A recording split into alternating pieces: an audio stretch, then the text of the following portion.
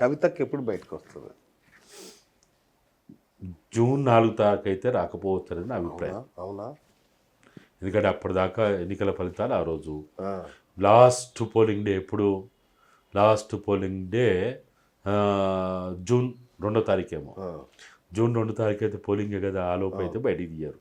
Vote కూడా వేయనియరేమో ఇంకా. మన దగ్గర ఎప్పుడు మే 13వ తేదీ నాడు మన దగ్గర పోలింగ్. ఆ, మరి ఒకవేళ 13 తర్వాత ఇక పోలింగ్ అయిపోయిందని బయటికి తీస్తే చెప్పలేము. ఈ వారం తర్వాత అయితే వచ్చే ఛాన్స్ లేదు.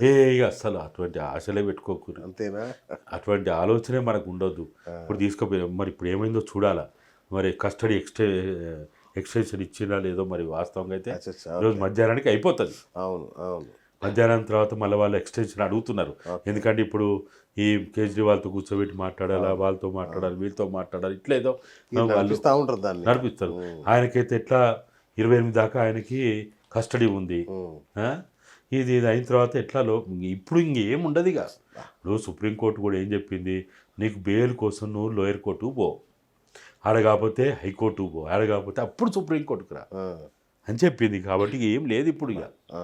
కాదు అంటే నిజామాబాద్లో అరవింద్ గెలుపుని అడ్డుకోకుండా ఉండడం కోసమే కవితను ఇట్లా తప్పించారన్నది ఒక మాట విన్నా నేను. అలా అన్న ఇవన్నీ ఏది కాదు, అరెస్ట్ చేయకపోవడానికి వీళ్ళు అనుకున్న కారణాలు కాదు, అరెస్ట్ చేసిన దానికి కూడా వీళ్ళు అనుకున్న కారణాలు కాదు. ఓకే. లిక్కర్ స్కామ్ యొక్క ప్రధాన టార్గెట్ అయిన కేజ్రీవాల్ని బంధించాలంటే, బోన్లు వేయాలంటే కవితమ్మే చివరి అస్త్రం అనేది వాళ్ళకి అర్థమైపోయింది. Okay okay. ఆ చివరి అస్త్రాన్ని ఉపయోగించిండ్రు, కేజ్రీవాల్ని బంధించిండ్రు, బందికానాలో పెట్టిండ్రు. వాళ్ళు అనుకున్నది సుఖాంతం చేసిండ్రు. అంతే ఇక వీళ్ళు ఎన్ని చెప్పుకో, అరెస్ట్ కాకపోవడానికి ఫలానా కారణం, అరెస్ట్ అయిన దానికి ఇదంతా ఉత్తదే. వాళ్ళు ఒక రోడ్ మ్యాప్ వేసుకున్నారు, వాళ్ళు ఏం చేయాలన్నా గది చేసిండ్రు.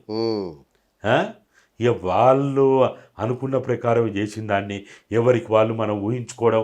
అరవింద్ అంటాడు నేను చెప్పిన కదా అరెస్ట్ అయిద్దని, బండి సంజయ్ అంటాడు నేను చెప్పలేదా అరెస్ట్ అయిద్దని, రఘునందన్ ఎవరికి వాళ్ళు డైలాగులు కొట్టవచ్చు. మీరు చెప్పారు అది కేజ్రీవాల్ అరెస్ట్ కాబోతున్నాడు మొన్ననే చెప్పారు, అరెస్ట్ కాకముందే చెప్పిన. ఇది ఎట్లా సుఖాంతమైందో కూడా చెప్పిన. ఇక కేజ్రీవాల్ తర్వాత ఈ విషయాన్ని ఇక మళ్ళీ ఒక అరెస్ట్ ఉండదు, ఇక ఉండదు, ఇక ఇది లాస్ట్ ఇక అయిపోయింది. అలాంటి డిప్యూటీ సీఎం ఎప్పటి నుంచో లోపలే ఎప్పటి నుంచో ఉన్నాడు. వాళ్ళకి కావాల్సినన్ని అసలు లిక్కర్ దందాని, లిక్కర్ స్కామ్ని బయటికి తీసుకొచ్చింది ఆమ్ ఆద్మీ పార్టీ కోసం. సరే అనుకోకుండా ఏదో చేయకపోతే ఏదో అయినట్టు బీజేపీలకి కవిత ముందనో, వైసీపీ వాళ్ళు ఉన్నారనో, సాధువులు సన్యాసులు పీఠాధిపతులు ఉన్నారనో ఇది వాళ్ళు అనుకోలే, వాళ్ళు ఊహించలే. వాళ్ళు కనుక ముందే దీంట్లో ఇంతమంది ఉన్నారనుకుంటే, సాధువులు సన్యాసులు పీఠాధిపతులు ఉన్నారనుకుంటే ఇంకో పద్ధతి ఎంచుకునే వాళ్ళేమో. కానీ ఒకసారి స్టార్ట్ చేసిన తర్వాత ఇప్పుడు మన అంటాం చూడు, పులిని లేపిన తర్వాత ఇక నువ్వు సారీ చేయాల్సిందే, లేకపోతే అది ఊకోదు. రైట్. కాళేశ్వరం విషయంలో కాంగ్రెస్ వైఖరి కరెక్టే అంటారా? అంటే దాన్ని మొత్తంగా కూల్ చేసే కుట్ర జరుగుతుంది అనేది వీళ్ళ వాదన. అంటే ఇప్పుడు వర్షాలు వచ్చిందంటే మాత్రం అన్యాయం జరుగుతుంది. మరి 1,00,000 కోట్ల సంపద దాన్ని అట్లా వదిలేయడం అనేది కరెక్టేనా? ఇప్పుడు కాళేశ్వరం విషయంలో ఏదైతే కాంగ్రెస్ పార్టీ ప్రభుత్వం ఏదైతే మనం మాట్లాడుకోవాల్సింది ప్రభుత్వం గురించి, పార్టీ పక్కన పెడదాం. ఈ ప్రభుత్వం చేస్తున్నటువంటి ఏదైతే అనేక రకాలైనటువంటి టైంపాస్ కార్యక్రమాలు ఉన్నాయో దీని ద్వారా తెలంగాణ సంపదకి నష్టం జరుగుతుంది. ఎగ్జాక్ట్లీ. కాళేశ్వరం అయినా, లేకపోతే కేఆర్ఎంబి అయినా, లేకపోతే ఏదన్నా కానీ ప్రభుత్వ పరంగా వాళ్ళు ఇటువంటి అంశాలని అధ్యయనం చేస్తున్నప్పుడు రాజకీయపరమైన ఈర్ష, ద్వేషం, కక్ష, అసూయ లేకపోతే పగ సాధింపు అంశాలను ముందుకు తీసుకురావద్దు. ఇక్కడ తెలంగాణకి లాభమా నష్టమా, తెలంగాణ సమాజానికి ఉపయోగమా ఉపయోగం లేదా, ఇది మాట్లాడుకోవాలి, ఇదే ఆలోచించాలి. అంతే. ఉపయోగం అంటే చెయ్యాలి, ఉపయోగం లేదంటే పక్కన పెట్టాలి. మరి ఇవాళ కాళేశ్వరం అంటే 3 బ్యారేజీలు కాదు, అన్నారం, సుందిల్ల, మేడిగడ్డ కాదు కదా, ఇంత పెద్ద అసలు మొత్తం వాళ్ళు అందరూ చెప్పే లెక్క ప్రకారమే 93,000 కోట్ల రూపాయలు దానికి ఇప్పటివరకే నిధులు విడుదలైనాయి. సరే ప్రతిపాదన 1,20,000 కోట్లు అయినప్పటికీ ఇప్పటివరకు దానికి విడుదల చేసిన డబ్బులు 93,000 కోట్ల రూపాయలు విడుదల చేసిండ్రు. 93,000 కోట్ల రూపాయల్లో 3 బ్యారేజీలకి మొత్తం దాని ఖర్చు ఎంత అంతా కొడితే కనుక 8,700 కోట్లు. ఓకే. మరి మిగతా ఏదైతే పెట్టుబడి పెట్టినామో మనము టన్నెల్స్ కావచ్చు, ఎన్నైనా కానీ అవును, వాటన్నిటినీ మనం పూర్తిగా నిరుపయోగం చేయొద్దు కదా. అదేమైనా ఎగ్జిబిషన్ కోసమా, అదేమైనా మ్యూజియమా? కాదు కదా, అట్లా చేయొద్దు కదా. అక్కడ ఏదైతే మనం ఏ ప్రయత్నాలైనా చేసి ఇప్పుడు ఎల్లంటోడు అడుగుతున్నాడు, నేను రిపేర్ చేస్తా అంటున్నాడు, వాళ్ళు ఒక లెటర్ పెట్టిండు, కావాల్సిన బడ్జెట్ చెప్పిండు, దాన్ని ఏ విధంగా ఏర్పాటు చేస్తున్నారో చెప్పండి. వాళ్ళ చేత అయితే లేదు, మీరు తెలంగాణ ప్రజలకి, తెలంగాణ రైతాంగానికి పిలుపు ఇవ్వండి. ఆ బ్యారేజీలు రిపేర్ చేయడానికి మా దగ్గర డబ్బులు లేవు, మాది లంక బిందెలు అనుకునే ఖాళీ బిందెలు అయిపోయినాయి, మా జీతాలు వెళ్తలేవు, మేము దినదిన గండంగా మేము ఉన్నాము, మేము తినడానికి మాకు లేవు, మా కార్లకి పెట్రోల్కి డీజిల్కి సరిపు లేవు డబ్బులు అని మీరు చెప్పండి.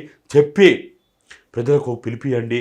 ఇన్ని 100 కోట్ల డబ్బులు కావాలంటే ప్రజలే ముందుకు వస్తారు కదా, ఇస్తారు. అవును, ఇస్తారు కదా, రైతులే ఇస్తారు కదా. వాళ్ళకి కావాల్సింది నీళ్ళు. ఆ పని చేయడానికి ముందుకు వస్తే తప్పేముంది? ఇప్పుడు ఏదైనా అనుకోకుండా ఏదైనా జరిగినప్పుడు సీఎం రిలీఫ్ అని, పిఎం రిలీఫ్ అని, ఓ సైక్లోన్ వస్తే, ఒక ఎర్త్క్వేక్ వస్తే, మనకు కోవిడ్ లాంటి వస్తే పిలిపి ఇవ్వలేదా? ఇప్పుడు ఎందుకు ఇవ్వవు? సమాజంలో ఎప్పుడైనా ఒక సంక్షోభం అనేది ఏర్పడ్డప్పుడు అది ప్రజలకి ఇన్వాల్వ్ చేయి, ప్రజలని బాధ్యులను చేయి, ప్రజల్ని భాగస్వాములను చేయి. మంచి పని. అవును. అది లేకుండా మీ కొట్లాటేంది, నన్ను చూడు నా అందం చూడని వాళ్ళు పోవుడేంది, వీళ్ళు పోవుడేంది. ఒకవేళ పోయిందయా, నేను అందరిని అడుగుతున్నా, 119 మంది ఎమ్మెల్యేలు గుండె మీద చేసుకొని చెప్పండి, మీరు ఆడపోయి చూసి వచ్చింది కదా. మీకు ఇనుక దమ్ము, ధైర్యము, సిగ్గు, రోషం ఉంటే 2 సంవత్సరాల వరకు మా నెల జీతం మేము తీసుకోమని మీరు ప్రకటించండి చూద్దాం. మీరు కన్నీళ్ళు గారుస్తాను కదా, ఏమో అయిపోయిందని మీరు కొంగ జపం చేస్తాను కదా. 2 సంవత్సరాల వరకు నెలవారీ మాకుండే మాకు అర్హత ఉండే జీతం తీసుకోమని మాట్లాడమని ప్రకటన చేయమని చూద్దాం. అది చేత కాదు, ఇంకా పందుకెక్కు లెక్క దోసుకుందాం. పోనీ అటెండ్ కాని మీటింగ్లకు కూడా అటెండ్ అయినట్టు రాసుకొని డబ్బులు లేపుకుందాం, అలవెన్స్ రూపాయలు తీసుకుందాం, డిఎల రూపాయలు తీసుకుందాం. ఇదా ప్రజాపాలన అంటే? ఇదా ప్రతిపక్ష బాధ్యత అంటే?